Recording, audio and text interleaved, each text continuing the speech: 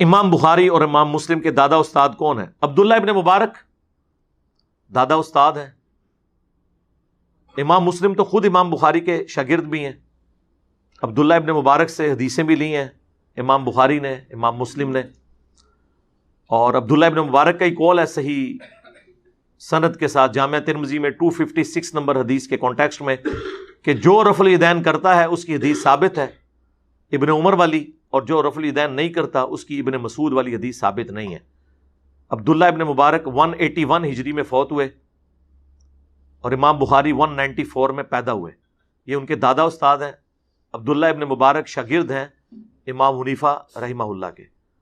شاگرد ان کے ہیں لیکن رفع الیدین کے مسئلے میں وہ اپنے استاد کے ساتھ نہیں ہیں.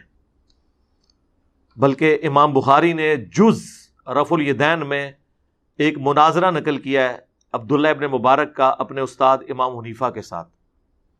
جب امام حنیفہ نے سنت کا مذاق اڑاتے ہوئے یہ کہہ دیا سلام پھیرنے کے بعد کہ عبداللہ ابن مبارک سے کہ مجھے لگا تم نماز میں اڑنے لگے ہو جو تم بار بار یوں کرتے ہو. جب کوئی شخص سنت کا اس طرح مذاق اڑائے تو اس کا جواب بھی پھر پھکی سے دیا جاتا ہے.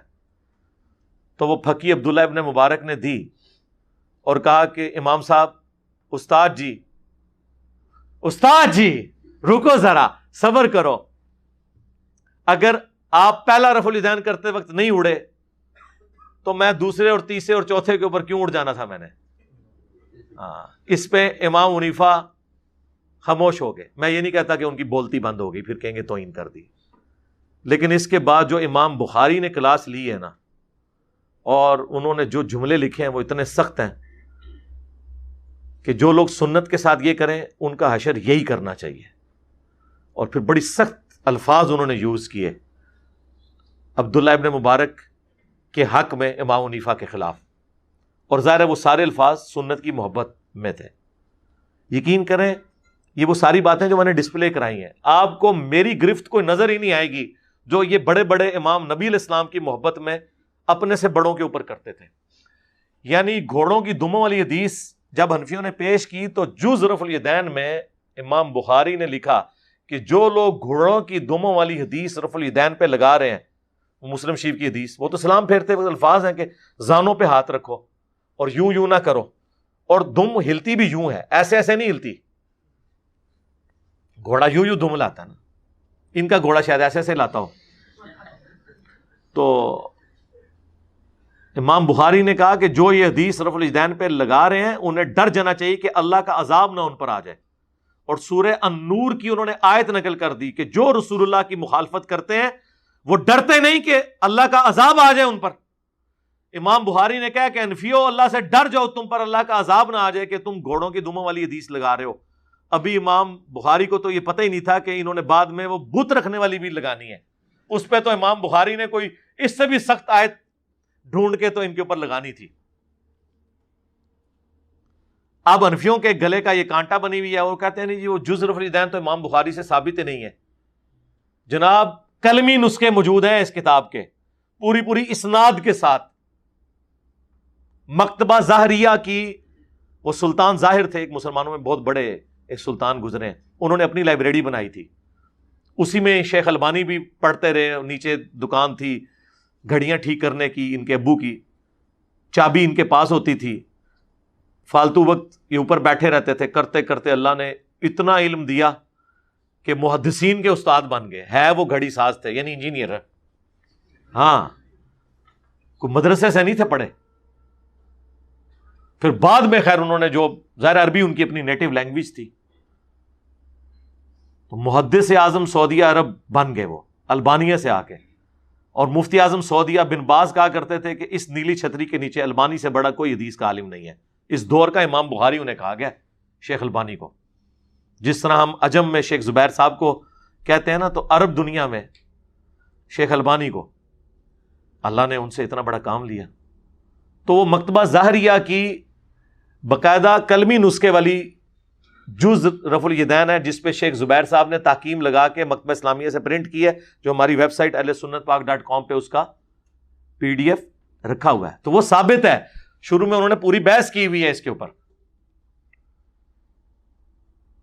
اور امام بخاری نے کیا کمال، پہلے تو اس کا مقدمہ لکھا ہے کہ یہ ان لوگوں کا رد ہے، یہ اس مجہول شخص کا رد ہے جس نے عجمیوں کی حدیث کی ناواقفیت کی وجہ سے رفع الیدین نہ کرنے کی بدعت ان میں جاری کر دی۔ میں اس شخص کے خلاف یہ کتاب لکھ رہا ہوں کہ جن بچاروں کو عربی نہیں آتی تھی، حدیثوں کا پتہ نہیں تھا، ان عجمیوں کو، یعنی نان عربز کو، یعنی ہم لوگ اس زمانے میں بھی عربی رفع الیدین کرتے تھے کیونکہ وہاں پہ مکے مدینے سے دین آیا ہوا تھا اور عجمیوں کے پاس دین پہنچا تھا گوالوں کے ذریعے، تو خالص دودھ تو بھینس کے نیچے سے ملتا ہے، ہاں گوالا تو ملاوٹ کر کے دیتا ہے۔ اسی لیے دیکھیں یہاں لوگ کہہ رہے ہیں منسوخ ہو گیا، اور ادھر امام کعبہ اونچی امین بھی کہہ رہا ہوتا ہے، رفع الیدین بھی کہہ رہا، انہوں نے بھی دسو نا جا کے جنہاں کو چندے کھاندے ہو ریال لے کے کہ چھڑ دیو منسوخ ہو گیا، وہ کہیں گے اچھا تانوں خبر پہنچ گئی، سانوں تو اتنے بھی نہیں پہنچی حالے تک۔ سرکار ادھر بھی وہی خبر ہے جو ادھر ہے، کیونکہ کتاب سعودیہ کے چینل پہ بھی بخاری مسلم ہی پیش کر رہے ہوتے ہیں اور ہمارے ٹیبل پہ بھی بخاری مسلم ہے اور تمہارے مدرسوں پہ بھی بخاری مسلم ہے، تم عمل نہیں کر رہے، یہ تمہاری دو نمبری ہے۔ کتابیں تو اپنی جگہ موجود ہیں، چاہے عجم کا مسلمان ہو چاہے عرب کا۔ تو وہ شیخ زبیر صاحب کی پوری تحکیم کے ساتھ وہ موجود ہے۔ اس کے سٹارٹ میں آپ دیکھیں کتنے سخت الفاظ ہیں امام بخاری کے، یہ اس مجہول شخص کا رد ہے۔ اب وہ شخص کون ہے؟ بعض کہتے ہیں یہ امام حنیفہ کے اوپر انہوں نے اتنے سخت جملے بولے ہیں، بعض کہتے ہیں ابراہیم نخعی کے اوپر بولے ہیں۔ چونکہ امام بخاری نے کسی کا نام مینشن نہیں کیا، لہٰذا اس سے مراد ہر وہ حنفی ہے جو قرآن و سنت کے مقابلے پہ اپنی تعلیمات یا اپنے بابوں کو لے کے چل رہا ہے، ہم نام لیے بغیر۔ اور امام بخاری نے 100 سے زیادہ احادیث اور آثار رفع الیدین کے حق میں لیے ہیں، اور پہلی حدیث مولا علی سے لی ہے، تاکہ اگر کوئی کہنا جی ابو بکر سے ثابت کریں رفع الیدین، جی عمر سے ثابت کریں، عثمان سے، علی سے، انہوں نے کہا چھڑ دو، رکو ذرا، صبر کرو، ہم علی سے ہی ثابت کر دیتے ہیں، تاکہ پھر یہ سوال ہی نہ کرو کہ آخری وقت تک کرتے تھے یا نہیں کرتے تھے۔ ہاں خلفائے راشدین کرتے تھے یا نہیں کرتے تھے۔ اس شخص سے حدیث لے کے آئے کہ جو تینوں خلفاء کے ساتھ رہا اور رسول اللہ کے ساتھ رہا، اگر کوئی حدیث منسوخ بھی ہوئی تھی جو ابو بکر عمر عثمان کو بھی نہ پتا چلی، مولا علی سے تو نہیں چھپی ہوئی تھی۔ مولا علی کی وہ حدیث ترمذی اور ابن ماجہ میں بھی ہے کہ مولا علی نماز کا طریقہ سکھاتے ہیں تابعین کو، کہ نبی علیہ السلام جب نماز شروع کرتے تو دونوں ہاتھ کندھوں تک اٹھاتے، رکوع میں جانے لگتے تو دونوں ہاتھ کندھوں تک اٹھاتے، اور رکوع سے سر اٹھاتے تو دونوں ہاتھ کندھوں تک اٹھاتے۔ یہ حدیث ابن ماجہ میں اور ترمذی میں ہے، اور امام بخاری نے جز رفع الیدین میں پہلی حدیث یہ لے کے حنفیوں کے سارے سوال ختم کر دیے ہیں۔ پیسیفک اوشن کی گہرائیوں میں اور اٹلانٹک کی ٹھنڈک میں پھینک دیے جا کے۔ ایک روایت لے کے، اور لوگ کہتے ہیں جی ہم وہ روایتیں پیش کرتے ہیں، وہ کتاب ہی ثابت نہیں ہے۔ اور یار جو لوگ بخاری مسلم کی رفع الیدین کی حدیثیں نہیں مانے ہوئے ہیں، ان سے آپ نے جز رفع الیدین کی حدیثیں منوانی ہیں امام بخاری کی کتاب کی، اور جو قرآن کے عقیدوں کو نہیں مانے ہوئے ان سے آپ نے امام بخاری کی کسی کتاب سے کوئی بات نقل کر کے ان سے منوانی ہے۔ لیکن پھر بھی ہمارے کلمہ کو بھائی ہیں، نمازیں ان کے پیچھے پڑھیں، چندے ان کو دیں، یہ آپ کو مسجد سے نکالیں تب بھی پیچھے پڑھیں، تاکہ آپ خاموش دعوت کریں سنت کی انشاءاللہ۔ سجدوں والا رفع الیدین نبی الاسلام نے کبھی کیا کبھی چھوڑا نہیں جی، ہمارے نزدیک کوئی صحیح سند سے نبی الاسلام سے ثابت نہیں ہے۔ شیخ البانی نے ایک حدیث کو صحیح کہا ہے، سنن نسائی کی، وہ قتادہ کی تدلیس کی وجہ سے ضعیف ہے، ہم اس کو جواز کی حد تک مانتے ہیں۔ حضرت انس بن مالک کا عمل جز رفع الیدین میں آیا ہے کہ انہوں نے سجدوں کے درمیان رفع الیدین کیا تھا، میں بھی کبھی کبھار کر لیتا ہوں، تو لہٰذا آپ کو اس کا جواب مل گیا۔ جو حنفیوں کا اعتراض ہے یہ بالکل غلط ہے۔ اس کی وجہ سے باقی 4 رفع الیدین ایسے ہیں جن کے اوپر اجماع ہے اہل سنت کی کتابوں کا۔ نماز شروع کرتے وقت، ہر دفعہ رکوع میں جاتے ہوئے، ہر دفعہ رکوع سے اٹھنے کے بعد، اور 2 رکعتوں سے اٹھنے کے بعد۔ باقی جو رفع الیدین ہیں وہ اختلافی ہیں، ان کی وجہ سے یہ کیوں ختم کر رہے ہیں آپ؟ یعنی سجدوں کے درمیان رفع الیدین، ہر اٹھک بیٹھک کے اوپر رفع الیدین تکبیرات کے ساتھ، جس طرح شیعہ کرتے ہیں، تو یہ تو کام نہ کریں۔ تو ختم کرنا دے، اپنا بھی پہلا ختم کرو نا، اپنے عید کے بھی ختم کرو نا، ہاں اپنے دعائے قنوت سے پہلے والا ختم کرو نا، اگر پہلے کے سوا سارے جو ہیں وہ ختم ہوئے ہیں اور کیسے کیسی 2 نمبر انہوں نے نیت سکھائی ہوئی ہے عید کی، کیا کہتے ہیں 6 زائد تکبیروں کے. کیسے 2 نمبر نے؟ کیا کرو 6 زائد تکبیروں کے مال رفع الیدین کے. ہاں ان تکبیرات کے ساتھ رفع الیدین نہیں کرتے کیا؟ کرتے ہیں نا. اے بھی نال بولیا کرو نا، تاکہ لوگ تو پوچھن کہ اچھا ابھی تک تو یہ گھوڑوں کی دمیں تھیں، ابھی تک تو بغلوں میں بت رکھ کے آتے تھے، ابھی تک تو نماز کا سکون برباد ہوتا تھا، اے عید بعد پھر برباد کر لے اپنا سکون بھی. تو انو اللہ نے برباد کیتا ہے سنت دی نفرت دی وینا. امام بخاری نے جڑی بدواواں تو دیتی ہیں نا جز رفع الیدین بالکل صحیح دیتی ہیں. نبی پاک صلی اللہ علیہ وآلہ وسلم نے رفع الیدین ہمیشہ کے لیے حکم دیا. جی ہمیشہ کے لیے حکم دیا. صحیح بخاری میں حدیث ہے صلو کما رأیتمونی اصلی، نماز اس طرح پڑھو جس طرح مجھے نماز پڑھتے ہوئے دیکھتے ہو. اور یہ حدیث روایت کی ہے مالک بن حویرث نے. اور مالک بن حویرث نبی الاسلام کی وفات سے بمشکل 1 سال پہلے غزوہ تبوک کے موقع پر مسلمان ہوئے ہیں. اور وہ کہتے ہیں ہم چند نوجوان تھے، 20 دن حضور کے ساتھ رہے، آپ کے ساتھ نمازیں پڑھی. واپس جانے لگے تو حضور نے فرمایا صلی اللہ علیہ وآلہ وسلم واپس جا کے اپنے گاؤں ایریا میں نماز قائم کرنا، اذان دینا، جس کو قرآن زیادہ آتا ہو، عمر میں بڑا ہو، تمہاری امامت کروائے، اور صلو کما رأیتمونی اصلی، اور دیکھنا نماز اس طریقے سے پڑھنا جس طرح مجھے پڑھتے ہوئے دیکھا ہے.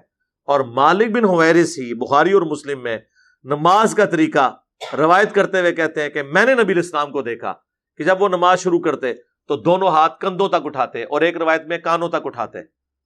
رکوع میں جانے لگتے تو کانوں تک اٹھاتے، اور رکوع سے سر اٹھاتے تو کانوں تک اٹھاتے.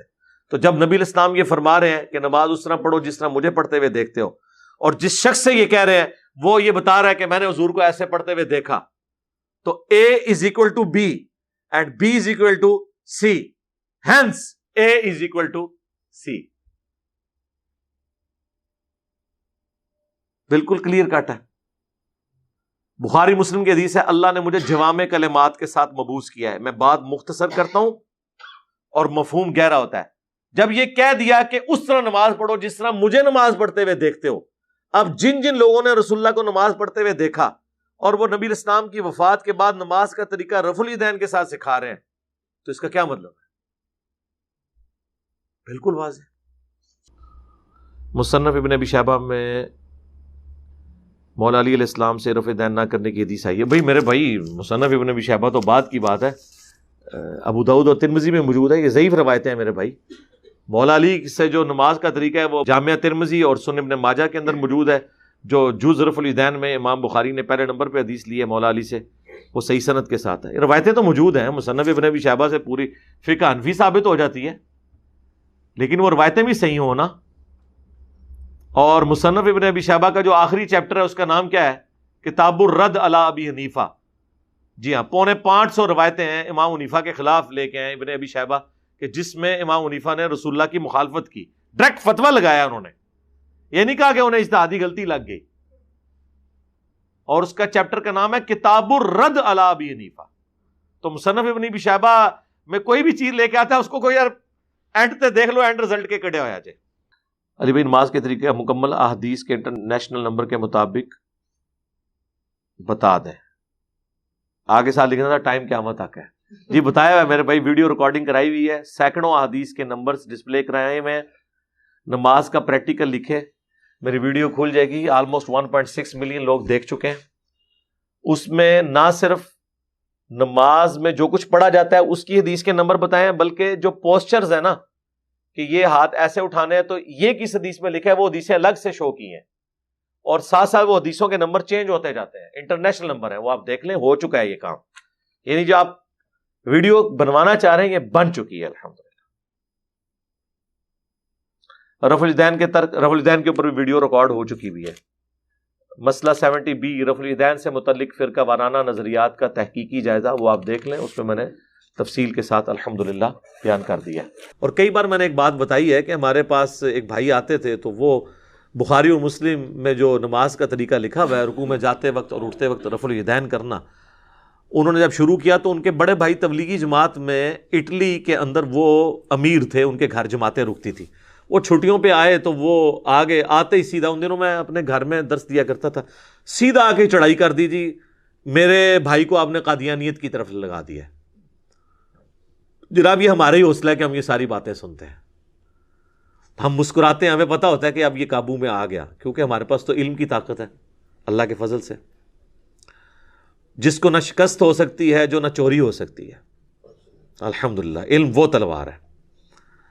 تو میں تسلی سے بات سنی, میں نے کہا میرے بھائی میں آپ کے ساتھ پوری ہمدردی کرتا ہوں, ہمارے گھر کے قریب یہ قادیانیوں کی عبادت گاہ ہے, تو ہم سارے اٹھ کے چلتے ہیں وہاں جا کے دیکھتے ہیں, اگر قادیانی آپ کے طریقے کے مطابق نماز پڑھ رہے ہوئے, یعنی حنفی طریقے پہ بغیر رفع الیدین کے, تو وہ آپ میں سے نکلا ہوا فرقہ ہے, اور اگر وہ رفع الیدین کے ساتھ پڑھ رہے ہوئے تو پھر آپ ہمارے کھاتے میں اسے ڈال دیجیے گا. بس اتنی بات کرنے کی دیر تھی. کہتے ہیں نہیں کوئی ضرورت نہیں, اور بات مانی بھی کوئی نہیں, کیونکہ انہیں پتا چل گیا تھا کہ یہ تو پھر ماننا پڑ جائے گا کہ تو یہ ہمارے ہی حنفی بھائی ہیں. تو قادیانی آج کی ڈیٹ میں حنفی ہیں. یہ بعض لوگ جو ان کے چند ایک مسائل پکڑتے ہیں نا جی, فاتحہ خلف الامام میں ان کا یہ عقیدہ ہے, یہ تفردات ہیں, اوورآل وہ حنفی ہیں. حنفیوں میں بھی تو کئی ایک شاخیں ہیں نا. بریلوی کہتے ہیں انگوٹھے چومنے والے کی شفاعت ہوگی, اور وہ کہتے ہیں فقہ حنفی کی بنیادی کتاب فتاوی شامی, جسے رد المختار کہتے ہیں, جو در مختار پہ حاشیہ ہے, اس میں لکھا ہوا ہے.